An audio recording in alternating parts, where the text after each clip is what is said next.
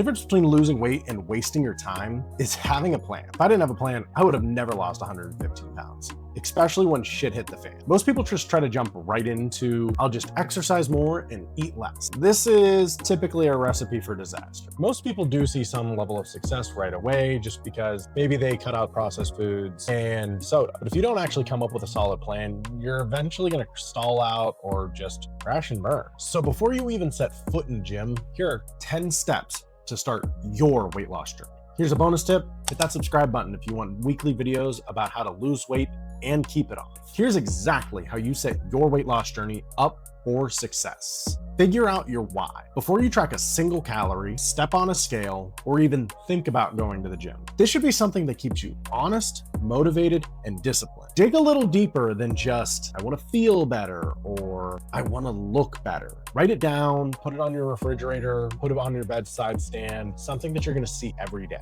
something that you're going to remind yourself why you're working on that goal every day.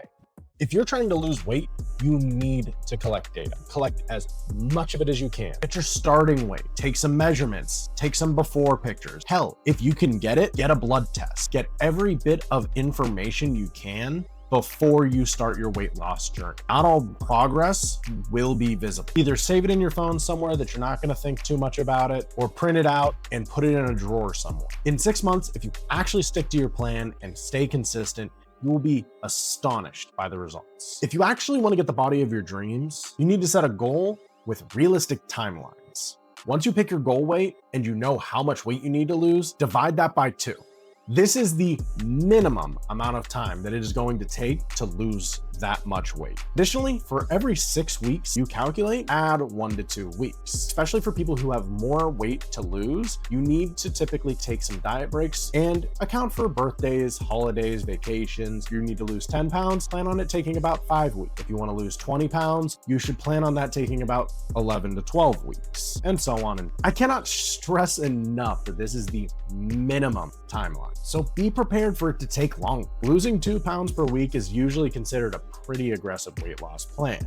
And weight loss will slow over time, especially as you become leaner and leaner. But if you don't see a new low for over 2 weeks, you may need to make an adjustment on your weight loss plan. You could work out 2 times a day, 7 days a week, but you could never out-train a shitty diet. You're gonna need to figure out your maintenance calories by going to a website like calculator.net and using their macro calculator. The reason I say your maintenance calories is because it can be really tough to figure out what settings you need to use on a macro calculator to figure out how low of calories you need to lose weight. Once you figure out your calorie goal, your protein should be about 1 gram per pound of your goal body weight. Fat should be about 0.2 to 0.3 grams per pound of your goal body weight, and the remaining calories should be carbs. Yes, you can eat carbs and lose weight. You can play around with carbs and fats a little bit depending on what personally works best, but I highly recommend at least keeping that protein around that 1 gram per pound of your goal body weight. Life is going to keep happening even when you're trying to lose weight. Plan for your craziest week, birthdays, holidays, concert, anything you can think of. Think of your busiest week and think, what was the minimum amount of times that if I absolutely had to, I could have still gone to the gym. Life is going to get in the way. Make a plan that is reliable and easy to stick to. I would try to stick to the same time and same days as much as possible. Routine breeds success. Now, I know some people are going to say they absolutely can't stick to a plan like that, but do your best to try to plan for the inconsistencies. You can be flexible with your workouts, but I would try to stick around the same times. Additionally, you should be setting up your workouts to something that you can stick to and somewhat enjoy, but plan for if you miss a day, you can pick your plan right back up and stick to it. Not something that's going to fall apart the second you miss one day. If you've made it this far, I really hope you found this video helpful, and I'd really appreciate it if you hit that like button. Maybe even share this with somebody who maybe is struggling to lose weight. Set future you up for success. Are you ready to lose weight? That motivation, that determination to make a change? Yeah, that's not gonna stick.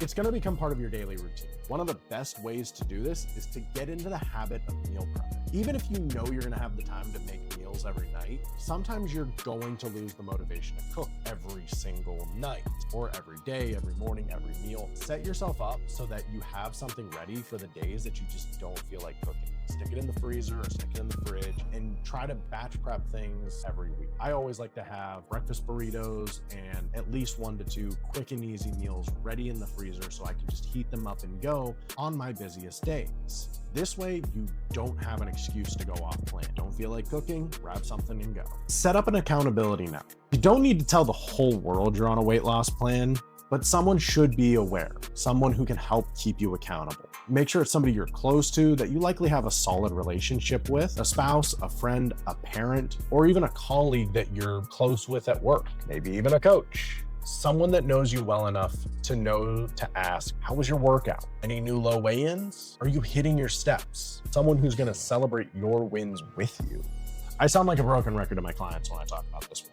Steps. Check your phone right now. Most Android phones have Google Fit already installed. iPhones have the Health app. Even if you've never opened it up, more than likely it's been tracking your steps. If for some reason you don't have a step counter on your phone, download one and start figuring out how many steps you are getting a day. If you are below the 8,000 to 10,000 mark, start slowly making your way up to that. If you are getting that 8,000 to 10,000 steps a day range, then I would highly recommend during your weight loss, maybe adding 2,000 steps a day.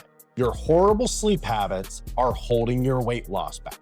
Proper sleep is essential to losing weight.